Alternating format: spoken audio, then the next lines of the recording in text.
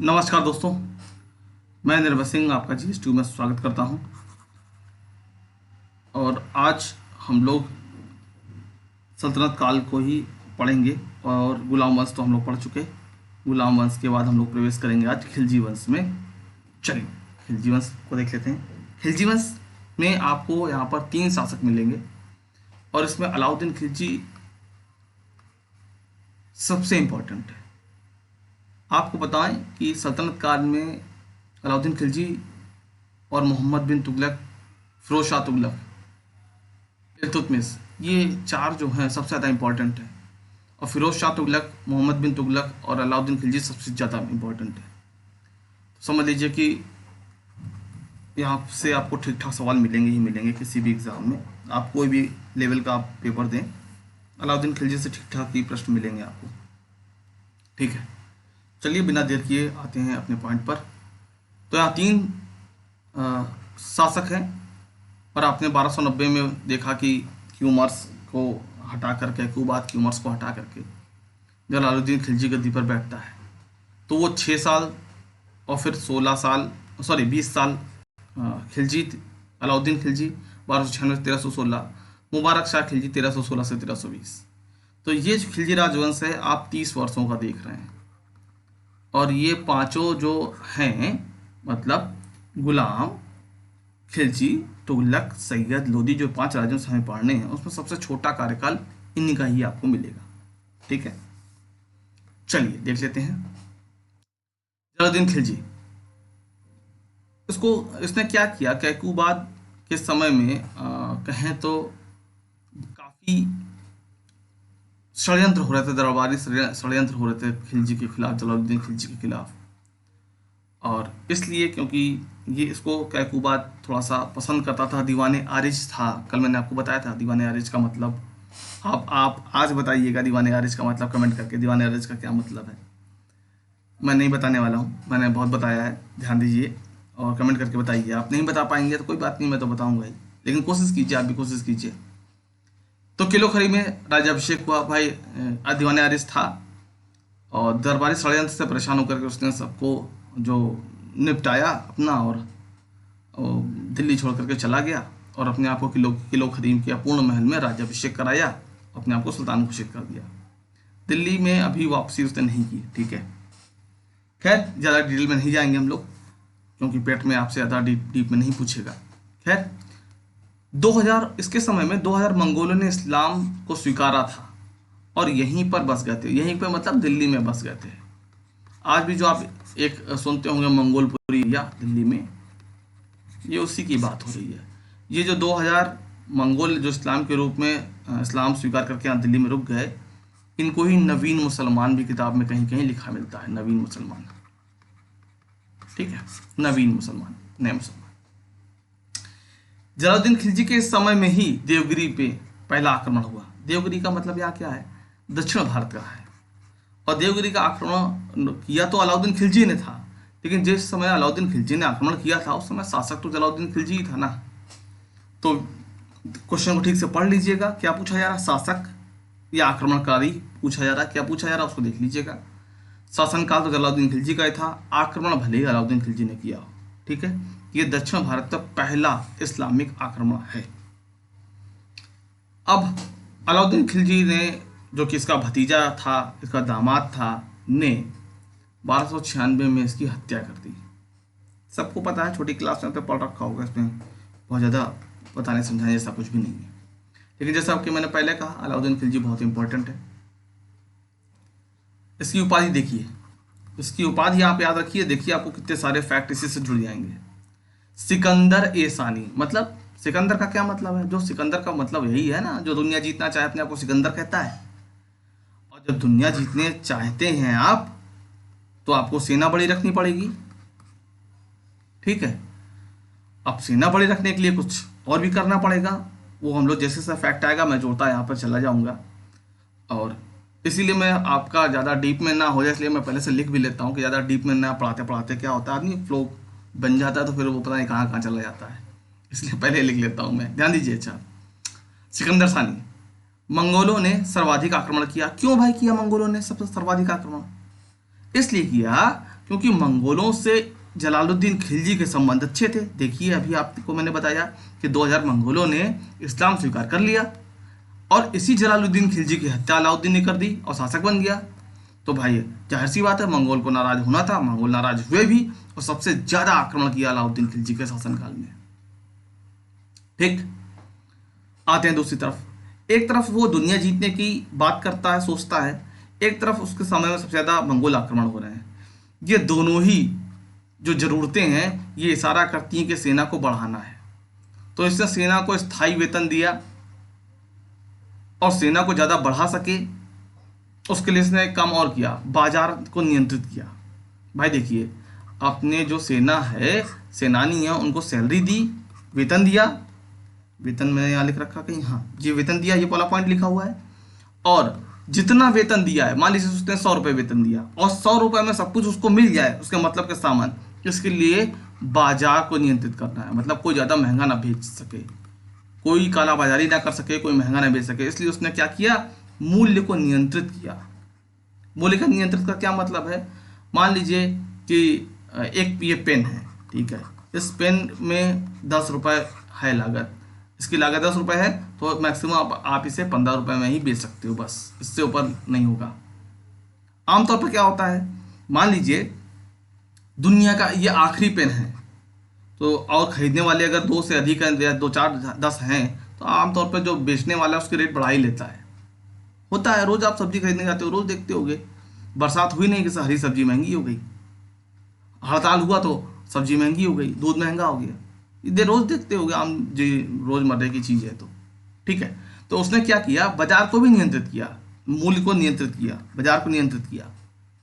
ठीक है, और उसने क्या किया, सैनिकों में चुस्ती बनी रहे, सैनिकों में कोई धोखाधड़ी ना होने पाए। पता चला सेना में रामलाल हैं, भेज रहे हैं अपने दामाद को, भेज रहे हैं वो अपने बेटे को, तो ये ना होने पाए। तो उसने क्या किया, हुलिया लिखवाना शुरू किया। हुलिया, मान लीजिए हुलिया अभी भी लिखा जाता, कई बार फॉर्म जब भरते हैं आप, अब मुझे तो नहीं पता, आप तो 10-15 साल से काफ़ी सुधार हो गया है, वरना पहले लिखना पड़ता था कि आपके शरीर में कोई निशान है, फॉर्म में तो भरना पड़ता था, तिल कहाँ है, कटे का निशान कहाँ है, ये सब लिखना पड़ता था फॉर्म में, कम से कम 2 तो देना ही होता था। अब आजकल तो नहीं, सब काफ़ी मामला हाईटेक हो गया है, अब तो नहीं पूछा जाता, लेकिन अब पहले तो ये सब पूछा जाता था, 10-15 साल पहले तक पूछा जाता था ये हुलिया लेखन। आज तो क्या है, फोटो खींच करके चिपकानी है, फोटो भी ऐसा होना चाहिए, वैसा होना चाहिए। उस समय क्या है, हुलिया लिखा जाता था, आप कैसे दिखते हो, हुलिया। ठीक, घोड़ा ना बदला जा सके इसलिए घोड़े को दाग देते थे, उस पर एक निशान बना देते थे, ताकि एक ही घोड़े को कोई 2 बार काउंट ना करा सके। ठीक है, क्योंकि वो अलग से देता था, उसके लिए जो राजस्व है वो अलग से देता था। जिससे किसी के पास, मान लीजिए ये सैनिक है, इसके पास घोड़ा X है एक, तो एक की तनख्वाह मिलेगी, इसके पास एक और घोड़ा है तो उसको इस घोड़े का अलग से भत्ता मिलता था। तो कोई भत्ता मतलब ऐसा, पहले घोड़े का, सब घोड़े तो एक जैसे लग रहे हैं, देख कौन रहा है, चेक कौन कर रहा है। तो भाई क्या किया, पहले इसने इसी घोड़े को दिखा दिया, फिर दूसरे दिन जिसकी बारी आई वो आया, इससे घोड़ा उठा ले गया, उसने भी दिखा दिया। तो ये सब चीज़ें ना हो पाए तो दाग प्रथा, हुलिया लेखन, ये सब शुरू कराया गया। अब ध्यान से सुनिएगा, रुकिए थोड़ा सा मैं साफ कर दूं, यहाँ पर कुछ ज़्यादा गंदा हो गया है।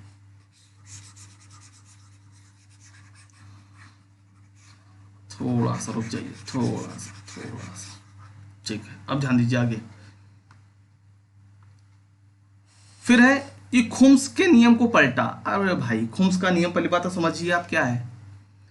इस्लाम में 4 कर आपको मिलेंगे मेनली, ज़कात, जजिया, खुम्स और खराज। जजिया, ज़कात, खुम्स, खराज, 2 जा से हैं, 2 खा से हैं। अब सुनिए, जजिया तो मैं आपको बता चुका हूं, कब बताया है, तो मैंने आपको बताया है जजिया सबसे पहले भारत में किसने वसूला। आप भी उत्तर दीजिए कमेंट बॉक्स में कि सबसे पहले किसने वसूला। गैर इस्लामियों से लिया जाता था टैक्स। खुम्स क्या है, यहां पर लिखा है सैनिकों को नगद वेतन दिया। अरे ये कौन सी बड़ी बात है, नगद वेतन दिया, सब देते हैं? नहीं, सब नहीं देते हैं। अब ध्यान से सुनिएगा, इसके पहले जो लोग सैनिकों को वेतन देते थे कैसे देते थे? ऐसे देते थे कि भाई हमें लड़ाई पे जाना है, जिसको लड़ाई पे चलना है वो चले। तो भाई इस्लाम के प्रसार के लिए लड़ाई होनी है तो चलो भाई, सब लोग पहुंच गए, हमला किया, इसको जीत लिया। जीतने के बाद यहाँ जितना सब है सब लूट लिया।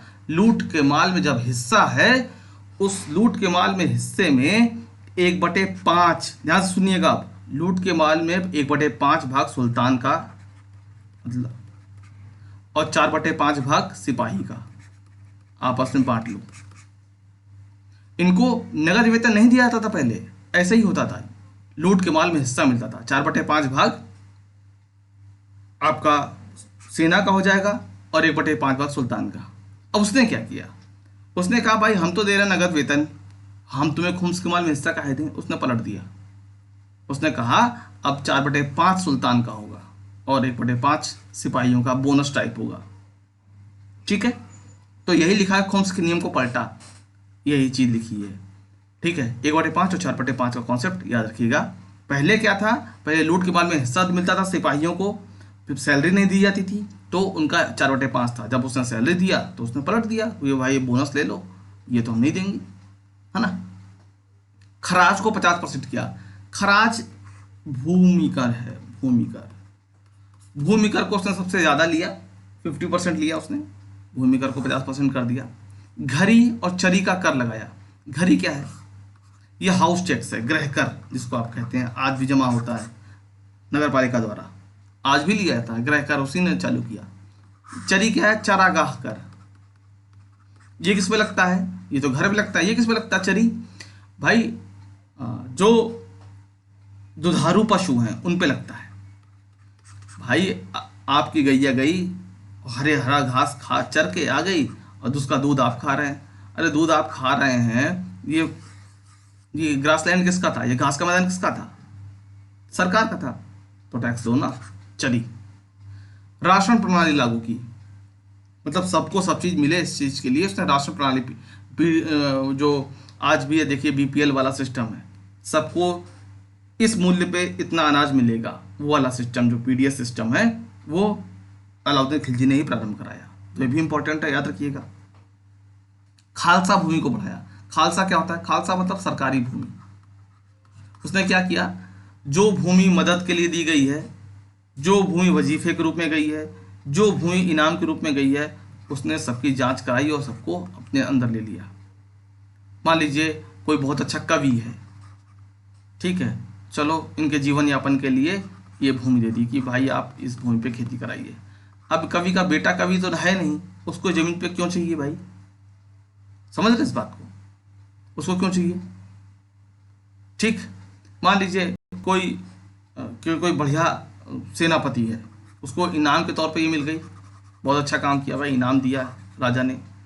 अब इनाम के रूप में सेनापति को दिया, अब इसके बेटे को तो इनाम तो ट्रांसफर नहीं होगा ना। इनाम क्यों ट्रांसफर होगा? इनाम ट्रांसफर थोड़ी ना होता है, ऐसा थोड़ी ना होता है कि मुझे जो इनाम मिला है, ऑस्कर मान लीजिए आपको मिला है, तो अब आपके बेटे को भी ऑस्कर मिल जाएगा, ऐसा थोड़ी ना होता है। ठीक है, तो इसने क्या किया? सब बंद कराया, कहा भाई जमीन वापस दो। जमींदारों की भी बहुत सारी लैंड उसने एक्वायर कर ली। खैर, बाजार व्यवस्था ठीक ठाक चल सके इसके लिए दीवान रियासत की स्थापना की और दीवान मुफ्त खराज की स्थापना की। मतलब जो टैक्स मान लीजिए आपका 10 रुपये बनता है और आपने कहा कि साहब लड़की की शादी है, 6 रुपये ले लो, बाकी काम बाद ही कर देंगे, तो बाद में कर देंगे, इसका हिसाब कौन रखेगा? तो 4 रुपये इसके लिए हिसाब, एक अलग व्यवस्था बना दी कि अलग से ये 4 रुपये लेने के लिए एक अलग से बना दिया सिस्टम दीवान मुफ्त खराज की। जो बकाया है, जो बाकी है, जो शेष है, उसका हिसाब रखेगा दीवान मुफ्त खराज। दीवान रियासत की स्थापना किसने की? दीवान मुफ्त खराज की स्थापना किसने की? जरूर पूछा जाएगा। मुफ्त खराज भले आपसे ना पूछे आपके लेवल पे, लेकिन रियासत जरूर पूछा जाएगा, ध्यान रखिएगा। ठीक है, तो अलाउद्दीन खिलजी बीमारी से मरा, अपनी मौत से बीमारी से मरा, जलोदर रोग होता है उसी से मरा। तो उसने क्या निर्माण कार्य कराया? तो जमात खाना मस्जिद, अलाई दरवाजा, 1000 सितून महल, सितून कहते हैं खंबे को, तो 1000 खंबे वाला महल बनवाया। कहाँ बना? दिल्ली में। अलाई दरवाजा इंपॉर्टेंट, आपसे पूछा जा सकता है। अलाई दरवाजा किसने बनवाया? तो अलाउद्दीन खिलजी ने बनवाया। ठीक है, मुबारक शाह खिलजी सिर्फ एक ही बात काफ़ी है कि इसने अपने आप को खलीफा कहा कि भाई हम खलीफा हैं। यही बस इम्पोर्टेंट है, बाकी इसके बारे में आप कुछ भी ना पढ़ें, कोई ज़रूरत नहीं है। और इसकी हत्या कर दी खुसरो ने। इसकी हरकतें थोड़ी सी गड़बड़ है ना, किताब आप उठा करके देखेंगे तो पाएंगे कि इसको बिना कपड़ों के रहने में बड़ा मज़ा आता है, तो उसकी हरकतें थोड़ी सी गड़बड़ हैं। अब खुसरो शाह के प्रति इसका थोड़ा सा अलग से स्नेह था, ठीक है, तो खुसरो शाह को सब पसंद नहीं था। खुसरो शाह ने एक दिन उनकी हत्या कर दी, निपटा दिया इनको, और बाद में खुद शासक बन गया। अब ये खुद शासक बन गया तो बन तो गया, लेकिन लोगों ने बहुत विरोध किया। हाँ, इसी ने अपने आप को नारा दिया, इस्लाम खतरे में है। इसी ने नारा दिया, इस्लाम खतरे में है। और खुसरो ये जो है ये कन्वर्टेड मुस्लिम है, परिवर्तित मुसलमान है। खैर, खुसरो के विषय में जानकारी नहीं रखनी है आपको, बस मुबारक शाह खिलजी। एक ही प्रश्न यहाँ से बनेगा भी, तो स्वयं को खलीफा किसने कहा, तो मुबारक शाह खिलजी ने कहा। इसके अलावा आपसे कोई प्रश्न नहीं बनेगा, ठीक है। तो ये खिलजी वंश के बाद अब हम लोग तुगलक वंश में प्रवेश करेंगे। और आप वीडियो को लाइक कीजिए, शेयर कीजिए भाई, और चैनल अभी तक सब्सक्राइब नहीं किया तो उसको सब्सक्राइब कीजिए। कोई प्रॉब्लम है तो कमेंट करके ज़रूर पूछ लीजिए, कोई भी समस्या आपको महसूस होती है, ठीक है। तो कल के वीडियो में हम लोग पढ़ेंगे तुगलक वंश, लेकिन वो कल। वीडियो को विराम देता हूँ। आप सभी का बहुत बहुत धन्यवाद, आप सभी का बहुत बहुत आभार।